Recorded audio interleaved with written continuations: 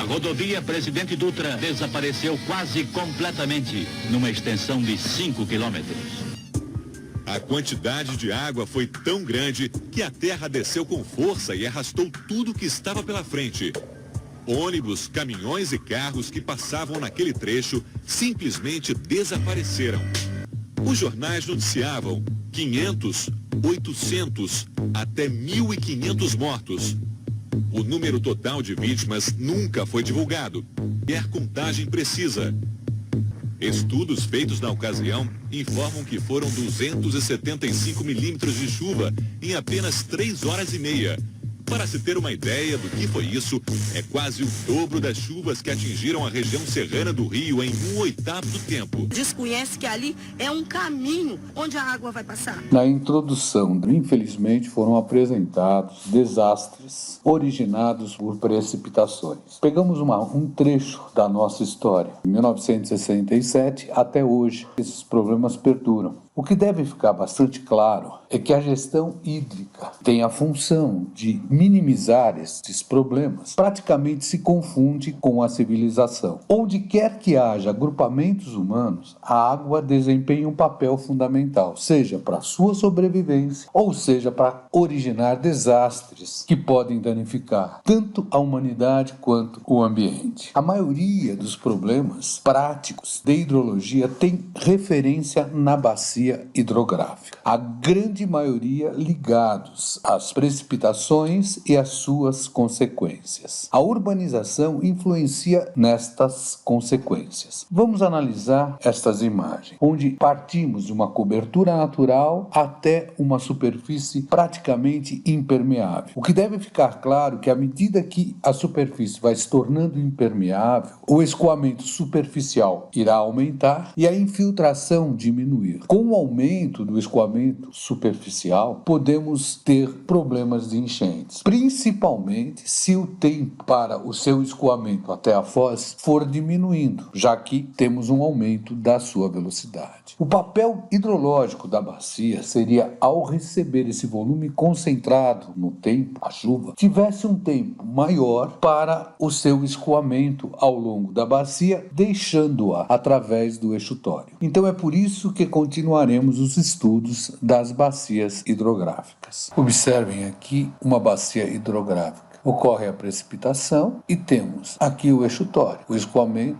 superficial efluente. Veja, parte dessa precipitação vai criar esse escoamento superficial afluente, parte vai vaporizar, parte vai se infiltrar. A bacia hidrográfica constitui um sistema natural de transformação de chuva em vazão. Ele é um volume de controle para a gestão dos recursos hídricos. Importância da caracterização fisiográfica. Permite um melhor entendimento do comportamento hidrológico da bacia que estamos estudando. Permite a comparação entre bacias hidrográficas, projetando cenários futuros, originando fórmulas empíricas para os seus estudos e, principalmente, gerando informações que permitem estudar bacias que, eventualmente, não conseguimos levantar dados. O objetivo deste estudo: avaliar a entrada de volume concentrado em uma saída de água na distribuição do tempo. Seria o escoamento e a vazão. Fisiografia da bacia hidrográfica significa que eu vou caracterizar a bacia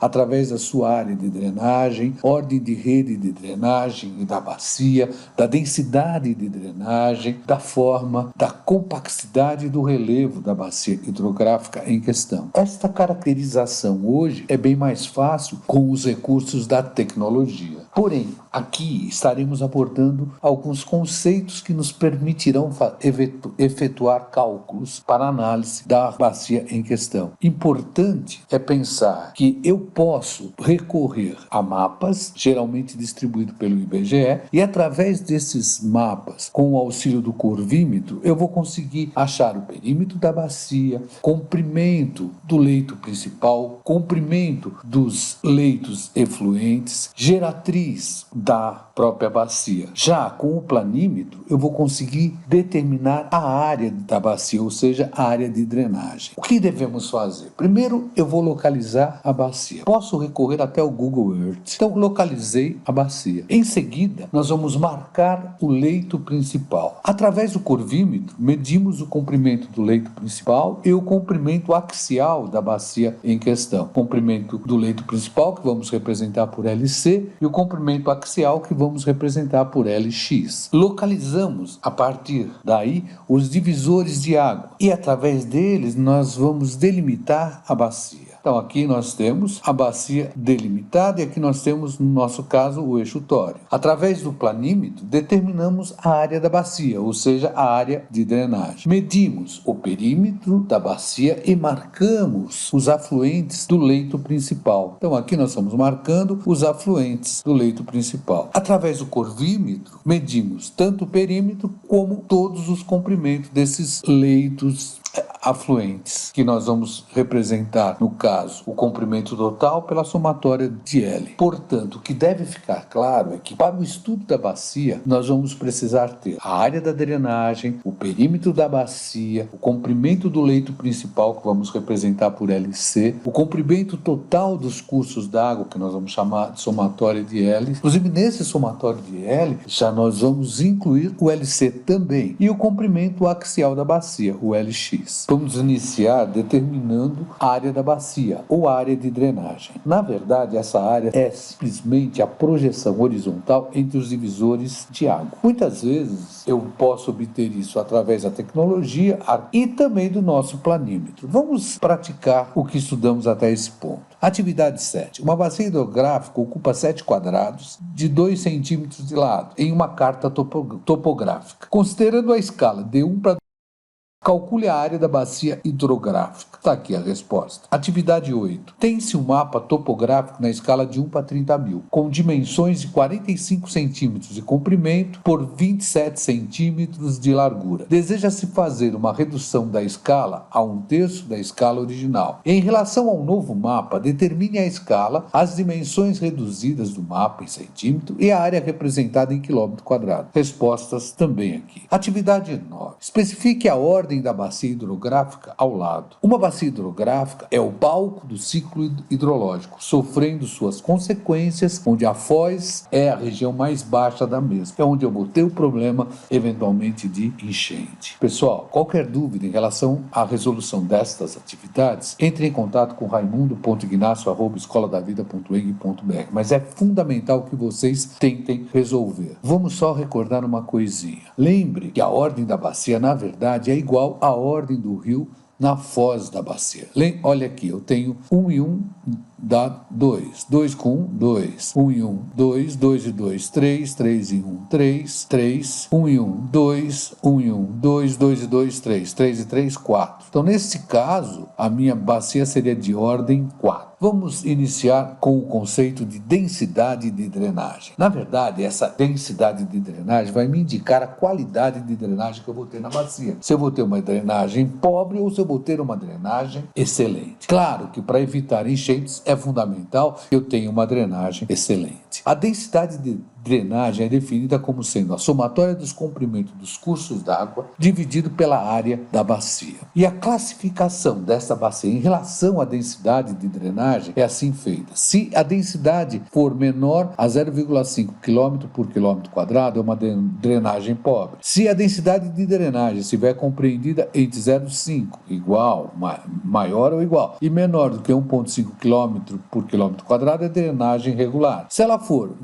maior ou igual a 1,5 e menor do que 2,5 km por quilômetro quadrado, drenagem boa. Agora, se ela estiver maior ou igual a 2,5 e menor do que 3,5 km por quilômetro quadrado, uma drenagem muito boa. Agora, se ela for maior ou igual a 3,5 km por quilômetro quadrado, é uma drenagem excepcional. Vamos agora refletir sobre a forma da bacia. Estão aqui 3 exemplos. 1, 2 e 3. A forma da bacia, obviamente, é uma função da delimitação da sua área e vai influenciar muito no tempo de escoamento da precipitação que gerada em algum ponto da bacia. O tempo de escoamento é chamado de tempo de concentração e ele é fundamental para os estudos das enchentes. Nas bacias hipotéticas de mesma área, onde o tempo de precipitação é a vazão no eixo tório, tende a ser na seguinte ordem. O T2 vai ser menor do que T1 e o T1 é menor do que T3, ou seja, quanto mais alongada for a bacia, melhor para se evitar a enchente. Dois coeficientes são empregados como indicativos da forma dessa bacia. São o fator de forma e o coeficiente de compaxidade. Fator de forma, que vamos representar por K índice F. Esse coeficiente é definido pela relação entre a largura média da bacia e o comprimento axial do curso d'água. Só que o comprimento médio da bacia é definido pela relação da área pelo comprimento axial da mesma. Daí eu vou tirar que o coeficiente de forma será área sobre o comprimento axial ao quadrado. Esse coeficiente dá uma ideia da tendência da bacia em relação às cheias. Coeficiente de compaxidade. O coeficiente de compaxidade é definido como a relação entre o perímetro da bacia e um perímetro de uma circunferência que representa a área da bacia que nós estamos estudando. Neste caso, se eu lembrar que o perímetro de um círculo seria 2πr, que a área é πr ao quadrado, nós vamos chegar que o coeficiente de compaxidade vai ser aproximadamente 0,2821 vezes o perímetro da bacia dividido por raiz quadrada da área da bacia. Ora, como nós vamos trabalhar com dois algarismos significativos, esse número aqui será aproximado para 0,28. Importante, vamos visualizar, olha, aqui nós vamos ter a área da bacia, vamos ter Lx, o comprimento axial da bacia, e o Lc, o comprimento do leito principal. Informações obtidas através do coeficiente de forma. Lembrando que o coeficiente de forma é a área da bacia dividido pelo comprimento axial da mesma ao quadrado. Ora, se o meu coeficiente de forma é igual a 1, vou concluir que a minha bacia hidrográfica é quadrada. E o que deve ficar claro é que à medida que esse coeficiente de forma diminui, menor vai ser a minha probabilidade de ter enchente. Então, no caso, quando o meu coeficiente de forma estiver de 1 a 0,75, a bacia com alta propensão a enchentes. De 0,75 a meio, bacia com tendência mediana a enchentes. Já com coeficiente de forma menor do que 0,5, bacia não sujeita a enchentes. Vamos agora refletir sobre o coeficiente de compaxidade. Lembrando que o coeficiente de compaxidade é aproximadamente 0,28 vezes o perímetro da bacia dividido pela raiz quadrada da área. Ora, se o meu coeficiente de compaxidade for 1, a minha bacia é um círculo. Neste caso, ela é bem próxima de um círculo. E quando isso acontece, eu vou ter automaticamente um tempo para o escoamento muito curto. Então, eu vou ter uma probabilidade de ter enchentes. Então, nesse caso, eu teria que o coeficiente de compaxidade de 1 é maior do que o coeficiente de compaxidade de 2 e o coeficiente de compaxidade de 1 é menor do que o coeficiente de compaxidade de 3. Daí, o tempo de concentração em 3 ser maior do que 1 e, claro, bem maior do que 2. Esse coeficiente é um número adimensional que varia conforme a bacia independente do seu tamanho. Assim, quanto mais irregular for a bacia, maior será o meu coeficiente de compaxidade e menor a probabilidade de eu ter enchentes. Importante, se o meu coeficiente de compaxidade tiver de 1 a 1,25, tem o lugar que escreve aqui 1,128. Temos alta propensão a enchente. De 1,25 a 1,5, a tendência é mediana a enchente. E se ele for maior do que 1,5, não está sujeito a enchente. Eu diria picos de enchentes. Todos nós temos ao nosso entorno uma bacia hidrográfica e suas características físicas também constituem elementos de grande importância para a quantificação da disponibilidade hídrica. E essa disponibilidade hídrica é muito importante para planejamento de projetos e para desenvolvimento da própria bacia. Vamos para um outro índice, que é o índice de circularidade. O índice de circularidade, ele é um parâmetro também utilizado usado para indicar a probabilidade de enchentes. E é claro que eu quero uma bacia alongada para ter essa menor probabilidade. Esse índice de circularidade é calculado como sendo 12 vezes 57 vezes a área da bacia dividida pelo perímetro da bacia ao quadrado. Ora, esse índice de circularidade, eu vou trabalhar com a área em quilômetro quadrado e com o perímetro em quilômetro. Daí eu vou ter um número adimensional. E quando ele for pequeno, eu vou ter a bacia mais irregular. Preserve e sobreviva, não esqueça disso. Vamos partir para refletir sobre sinuosidade ou meandrante do curso d'água. Por exemplo, do curso d'água principal. Vamos ver como que esses meandros são formados. Compared to the whitewater streams that tumble down mountainsides, the meandering rivers of the plains may seem tame and lazy. But mountain streams are corralled by the steep walled valleys they carve. Their courses are literally set in stone. Out on the open plains, those stony walls give way to soft soil, allowing rivers to shift their banks and set their own ever-changing courses to the sea, courses that almost never run straight. At least not for long, because all it takes to turn a straight stretch of river into a bendy one is a little disturbance and a lot of time. And in nature, there's plenty of both. Say, for example, that a muskrat burrows herself a den in one bank of a stream. Her tunnels make for a cozy home, but they also weaken the bank, which eventually begins to crumble and slump into the stream. Water rushes into the newly formed hollow, sweeping away loose dirt and making the hollow even hollower, which lets the water rush a little faster and sweep away a little more dirt, and so on and so on. As more of the stream's flow is diverted into the deepening hole on one bank and away from the other side of the channel, the flow there weakens and slows. And since slow-moving water can't carry the sand-sized particles that fast-moving water can, the dirt drops to the bottom and builds up to make the water there even shallower and slower, and then keeps accumulating until it becomes new land on the inside bank.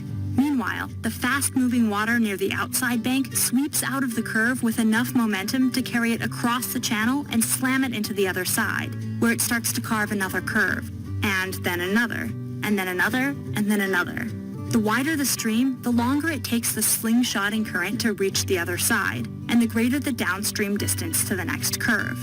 In fact, measurements of meandering streams all over the world reveal a strikingly regular pattern. The length of one S-shaped meander tends to be about 6 times the width of the channel. So little tiny meandering streams tend to look just like miniature versions of their bigger relatives. As long as nothing gets in the way of a river's meandering, its curves will continue to grow curvier and curvier until they loop around and bumble into themselves. When that happens, the river's channel follows the straighter path downhill, leaving behind a crescent-shaped remnant called an oxbow lake. Or a billabong. O un lago en herradura. Ou un bras mort. We have lots of names for these lakes, since they can occur pretty much anywhere liquid flows, or used to.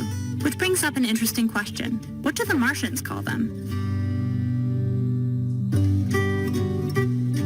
Nossas preocupações continuam ligadas às enchentes que porventura vão poder ocorrer em bacias hidrográficas, principalmente aquelas onde habitamos. Vamos evocar o conceito de Thalweg. Thalweg, na verdade, é uma palavra oriunda do alemão e significa caminho do vale. Então nós temos aqui o Thalweg, aqui nós temos o meandro, né? E aqui nós teríamos a foz. Sinuosidade é a relação entre o comprimento do curso principal, o nosso LC, e o comprimento vetorial do Thalweg. Vamos representar isso por LT, dado pela linha reta entre a nascente e a seção de projeto ou do eixo tório. Ela dá uma ideia da quantidade de curvaturas do rio sendo determinado pela expressão. Sinuosidade seria o comprimento do leito principal dividido pelo comprimento do Thalweg. Ora, vamos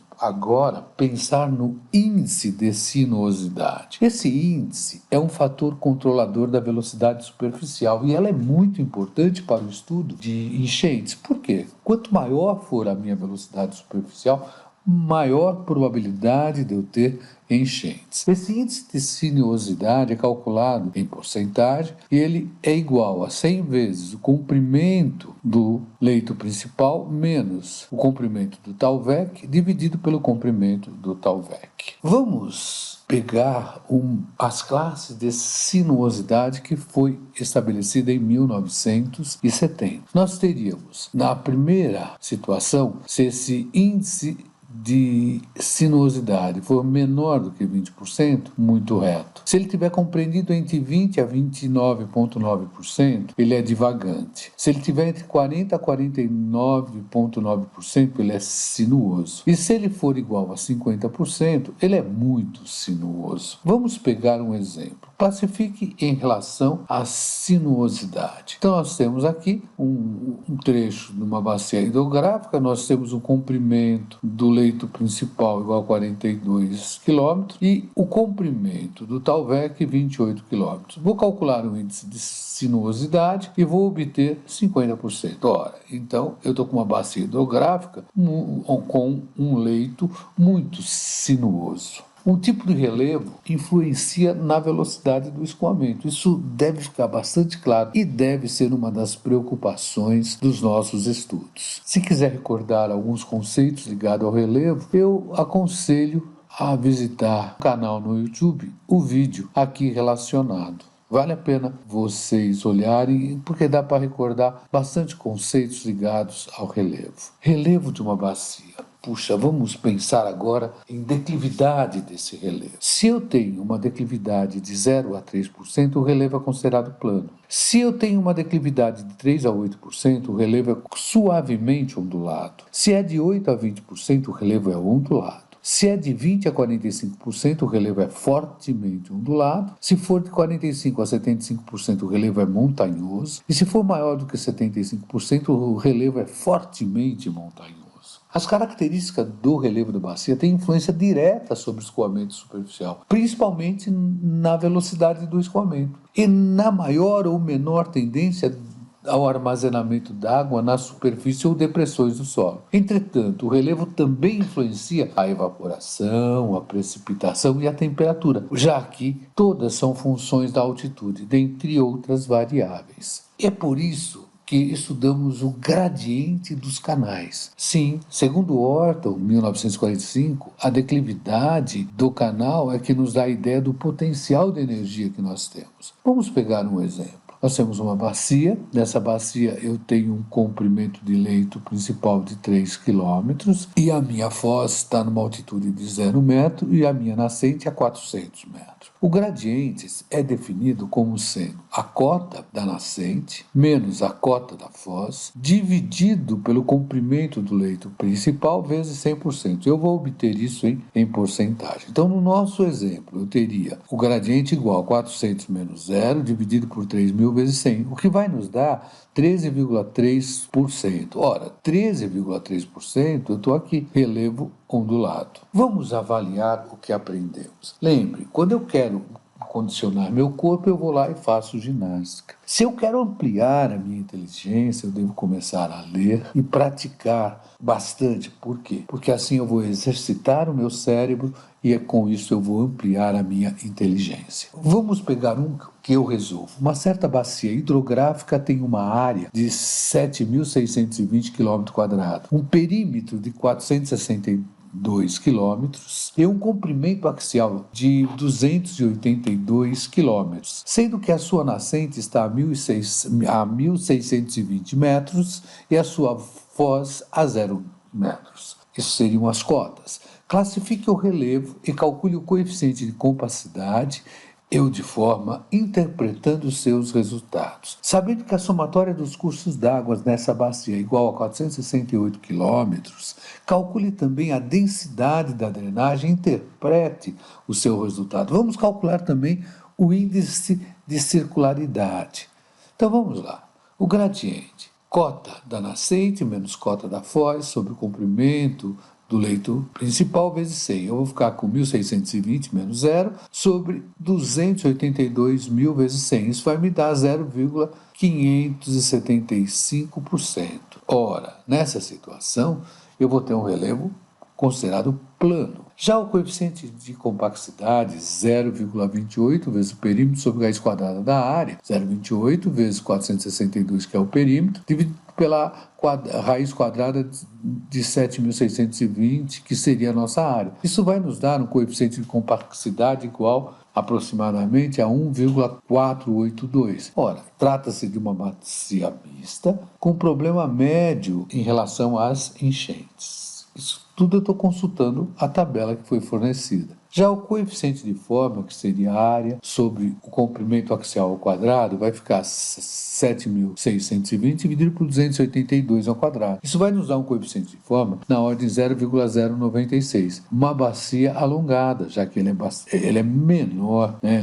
ele é relativamente pequeno. Então não estaria sujeita a grandes enchentes. Densidade de drenagem. Eu teria a somatória dos leitos dos rios igual a 8.680 dividido pela área, que é 7.620. Vai nos dar uma densidade de 1,14. É uma drenagem regular. Já o índice de circularidade, a área sobre o perímetro ao quadrado, vai nos dar 0,449. É realmente de forma alongada. Pessoal, mera aplicação. E claro que eu não preciso saber nada de cor, eu tenho que ter para consulta as tabelas para poder classificar a nossa bacia, segundo o coeficiente de complexidade, segundo o coeficiente de forma, segundo a densidade de drenagem, o gradiente e assim por diante. Pratique. Vamos resolver mais alguns exercícios. Atividade 11. Ao estudar uma bacia hidrográfica que apresenta um perímetro de 92,2 km, comprimento de curso d'água principal 68,1 km, comprimento axial da bacia igual a 56,1 km e comprimento total dos cursos d'água igual a 269,4 km, pede-se calcular e analisar o coeficiente de complexidade, o índice de circularidade, o coeficiente de forma e a densidade de drenagem. Atividade 12. Sabemos que a bacia do Ribeirão Lobo, São Paulo, através do mapa do IBGE, que ela possui uma área de drenagem igual a 177,25 km². A bacia do Ribeirão Lobo, São Paulo, foi representada em um mapa topográfico na escala de 1:50.000 e que tem quadrículas de 1 centímetro de lado. Nesse caso, a sua representação ocupará quantas quadrículas? O coeficiente de complexidade nessa bacia é 1,75, o que implica que não está sujeita a grandes enchentes. Neste caso, qual é o seu perímetro? Essa bacia tem um coeficiente de forma igual a 0,38. Nesta situação, especifique a largura média da bacia hidrográfica. D. Sabendo que o comprimento total de todos os cursos d'água na bacia é igual a 385,6 km, analise a sua densidade de drenagem. Exercício para você, sério. Obrigado. Atividade 13. Assinale a alternativa correta cujos fatores contribuem para que uma bacia apresente uma maior tendência a picos de cheia, ou seja, a pico de enchentes. Analise qual alternativa. Atividade 14. Foi uma questão de prova de um concurso público. Em um mapa feito na escala de 1 para 25.000, a planimetria acusou o valor de 4.163 centímetros quadrados para a área de uma bacia hidrográfica e foram totalizados os seguintes comprimentos dos cursos d'água da bacia. Ordem do curso d'água 1, 904 centímetros. Ordem 2, 380 centímetros. Ordem 3, 160 centímetros. Ordem 4, 82 centímetros. Ordem 5, 17 centímetros. Em face desses dados, é correto afirmar que a densidade de drenagem dessa bacia está no intervalo entre 1,4 e 1,6 km por quilômetro quadrado. Atividade 15. Classifique a ordem dos cursos d'água e obtenha a ordem da bacia hidrográfica a seguir. Pessoal, lembre, através dos exercícios você vai estar ampliando a sua inteligência. Qualquer dúvida, volto a falar. Entre em contato com raimundo.ignacio@escoladavida.eng.br. Quando estabelecemos aonde desejamos chegar, a sinuosidade passa a não ser mais obstáculo.